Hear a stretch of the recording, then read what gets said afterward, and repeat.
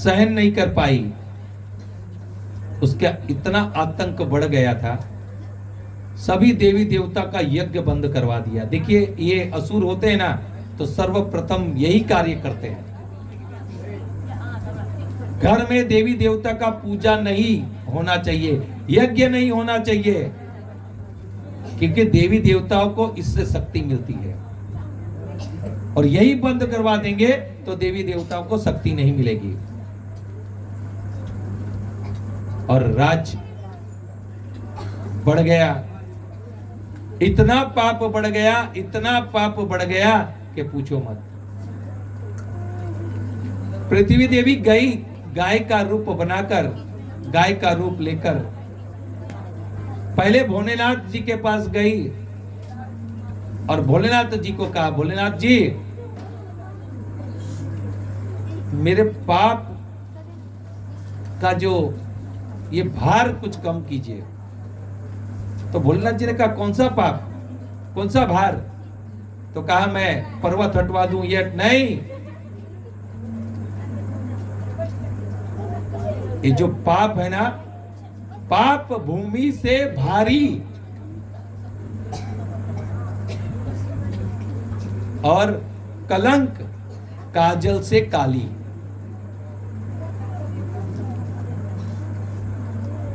इतना पाप बढ़ गया था। तो पृथ्वी देवी ने कहा कि हे भोलेनाथ जी, कितना पहाड़ रहे, समुद्र रहे, कितना मैं सब सहन कर सकती हूँ, लेकिन पाप मैं सहन नहीं कर सकती हूँ। ये पाप का बोझ नहीं उठा सकती हूँ। तो कहा, पाप कौन पापी है? तो बोला, इतना बड़ा पापी तो है मथुरा का राजा कंस। तो कहे चलिए ब्रह्मा जी के पास। ब्रह्मा जी के पास गए और ब्रह्मा जी से वही।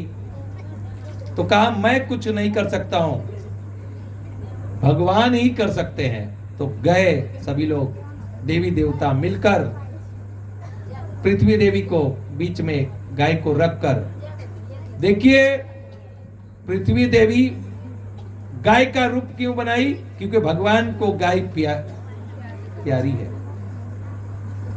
बहुत प्रेम करते हैं भगवान कृष्ण गायों से। और क्षीर सागर के तट पर पहुंच गए और श्री सूत्र मंत्र से, आज आप लोग ने तो ध्यान नहीं दिया, किसी ने, पंडित जी ने अभिषेक में श्री सूत्र मंत्र पढ़ा, जिससे स्वयं भगवान प्रकट हो जाते हैं। और भगवान प्रकट हुए ब्रह्मा जी के हृदय में। और ब्रह्मा जी को कहा, पृथ्वी देवी से कहिए कि मैं गोकुल में मेरा जन्म होगा, कंस के कारागृह में मेरा जन्म होगा। सभी लोग गोकुल जाकर बस जाए। सभी देवी देवता ने गोकुल गए, कोई ब्रजवासी बने, कोई, सब लोग अपना अपना रूप लेकर वहां पहुंच गए। जितने ऋषिगण थे सारे वहां पर जाकर बस गए। वृक्ष की लता पता जो हुआ वो बनकर वहां रहने लगे। यहां तक कि ये ब्रह्मा जी भी आज भी पर्वत के रूप में हमारे ब्रज में है। भोलेनाथ भी पर्वत के रूप में है। सब लोग जाके वहां बस गए, क्योंकि भगवान वहां लीला करने आने वाले थे। अब कंस की चचेरी बहन देवकी का विवाह तय हुआ वसुदेव के साथ। वसुदेव भी ब्रज के राजा थे, गोकुल के राजा थे गोवाले।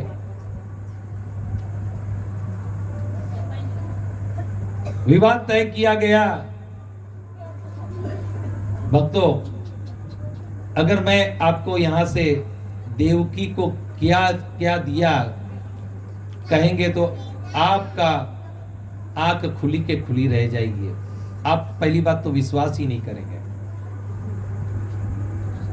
200 हाथी, सोने से श्रृंगार किया हुआ लदे हुए हाथी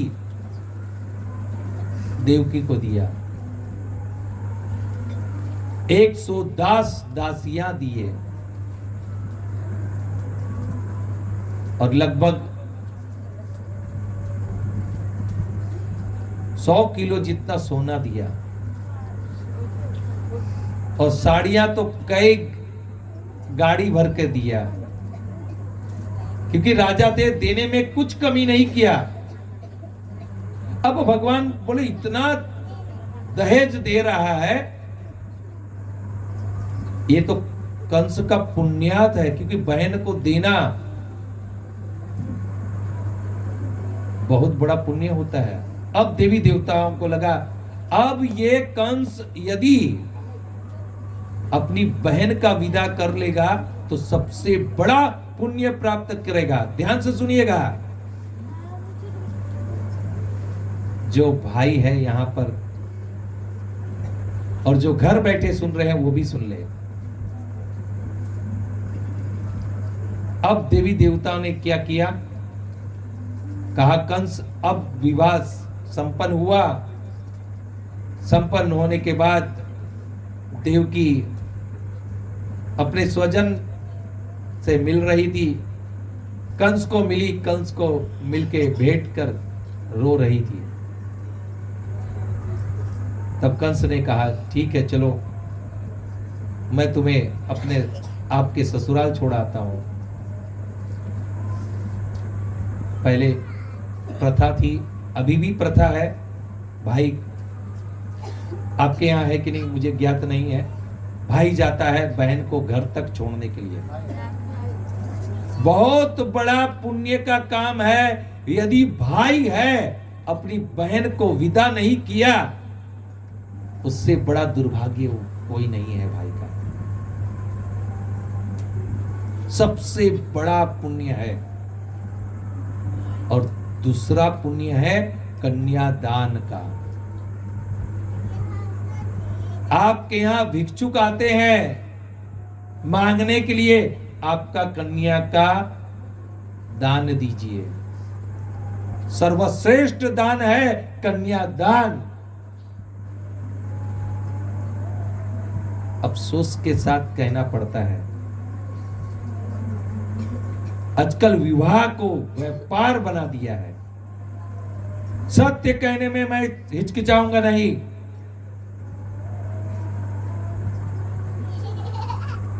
दहेज की प्रथा है, लेकिन जो स्वेच्छा से दे दे वो डिमांड करना गलत है। सामने वाले की कमर टूट जाए ऐसा नहीं करना चाहिए। शास्त्र कहता है, मैं नहीं कहता हूं। यहां पर कंस ने अपनी बहन को स्व इच्छा से दिया था, वसुदेव जी ने मांगा नहीं था।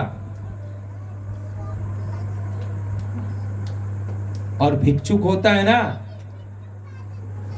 सामने वाला जो दे दे उससे स्वीकारना चाहिए। बहुत धन कमाया आपने, अगर संतोष धन नहीं कमाया व्यर्थ है। लाख कमा लो हीरे मोती, कफन में कभी जेब नहीं होती। ध्यान रखिएगा, सब यही धरा रह जाएगा। आपका बंगलो, गाड़ी, पैसा, धन सब बेटे नाती पोते सब रह जाएंगे। आपके साथ आपका पुण्य सिवा कुछ नहीं आने वाला है। तो इसके लिए मेरा करने से क्या फायदा। बकरी की तरह मैंने ये बनाया, मैंने ये किया, मैं। जिस तरह बकरी एक दिन कट जाती है, उस तरह आप भी एक दिन कटे जाओगे।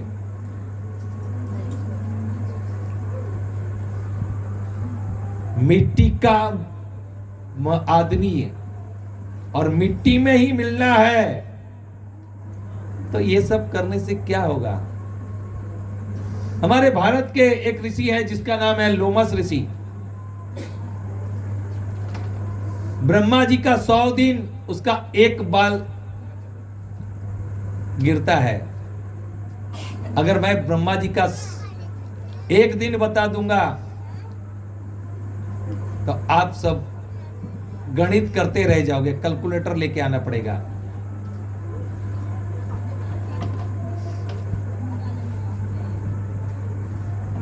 वो तो मैं जब समय आएगा तब बताऊंगा, अभी मेरे पास भी समय नहीं है, भगवान का जन्म करवाना है। तो ये है पुण्य। अब देवी सरस्वती को कहा, बोला नहीं मैं नहीं जाऊंगी। जब देखो आप ऐसे ही कार्य करवाते हो मेरे से, मैं नहीं जाऊंगी। तो कहा सामने जाने की जरूरत नहीं है, आकाशवाणी कर दो। अब कंस आया अपनी बहन को लेकर रथ पर, जीजा को पाउन कहते ना आपके यहां, पाउन पाउन पाउन, शायद मैं उच्चारण नहीं कर पा रहा हूं। जमाई राजा जो दुल्हा होता है, वसुदेव दुल्हा बने थे और देवकी दुल्हन बनी थी। विदाई समारंभ आपके यहाँ रोते हैं कि मालूम नहीं, लेकिन यहाँ तो देवकी रो रही थी। आपके यहाँ नहीं रोते हैं ना? रोते हैं, अच्छा। अच्छा ये बताइए, यहाँ पे माताएं सब बैठी हैं, क्यों रोते हैं? आप लोग का प्रश्न आपसे कर रहा हूं, क्यों रोते हैं? माँ बाप के वियोग से। अरे जहां जा रहे हैं वहां भी तो माँ बाप है। याद रखिए, जितनी भी यहाँ पे अविवाहित माताएं बैठी हैं, कन्याएं बैठी हैं, हमारी पुत्री समान, आपके 2 माता पिता हैं। एक जहां आपका जन्म लालन पालन होता है, दूसरा जहां आप विवाह के जाते हैं, आपके पति के जो माता पिता होते हैं, आपके सास ससुर नहीं, माता पिता, वो आपके माता पिता है। गाय और लड़की एक समान होते हैं। एक बार लड़की को विदा कर देते हैं तो माँ बाप खबर पूछने जाते हैं। ये नहीं कि महीनों महीनों घर में ला के लड़की को रखे, ये गलत बात है। सुनिएगा मेरी मैया माताएं, कटु है मैं कहूंगा। आज अगर डिवोर्स हो रहा है, तलाक हो रहा है, उसमें लड़की के माता पिता का बहुत बड़ा रोल रहता है। अरे दुख होए जी, आ जाओ घर पे। क्या है? माता सीता को कहा जनक जी ने, आ जाओ घर पे। ना फोन, ना चिट्ठी, ना पत्री, चाहती तो वो अपने दासी को भेज के कह सकती थी मेरा पति जा रहा है वनवास और जबरदस्ती कर रहा है मुझे। नहीं, स्व इच्छा तैयार हो गई। वही आप माता सीता जी के धाम से हैं। आप माता सीता का एक कण भर का भी आप अनुकरण कर ले, आपका जीवन सोने जैसा सुहागा हो जाएगा। जिस तरह माँ बाप की आज्ञा का पालन करते हैं, उसी तरह सास ससुर की सेवा कीजिए, आज्ञा का पालन कीजिए। बाकी सास, अगर आपको रसोई नहीं बनाना आता, बेचारी सास सिखाती है। सारा कुछ सिखा देगी, लेकिन सीखने के लिए होनी चाहिए माताएं। देखिए ये सीख एक माता अपनी कन्या का विदाई में देते हैं कि कुछ भी हो जाए, जितना भी कष्ट सहन करना पड़े, अपने पति का घर छोड़कर मत आना, और खास करके झगड़ा करके मत आना। हंसते हुए आओ तो स्वागतम रहो, लेकिन जमाई के साथ आओ और जमाई के साथ जाओ। ये सीख देती है माताएं अपनी बेटी को, लेकिन बेटियां भी सीख लेनी चाहिए। देखिए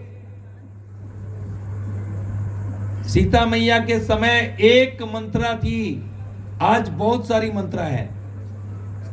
किसी का सुख नहीं देख सकते ऐसे बहुत सारी माताएं हैं। मेरा घर टूट गया तो दूसरा का भी टूट जाना चाहिए, ऐसी बहुत सारी माताएं हैं। तो ये सब मंत्रा से बच के रहना चाहिए। देवकी जी का विदाई का समय, अब कंस गया, स्वार्थी को नीचे उतार दिया और बैठ गया। हरे कृष्णा हरे कृष्णा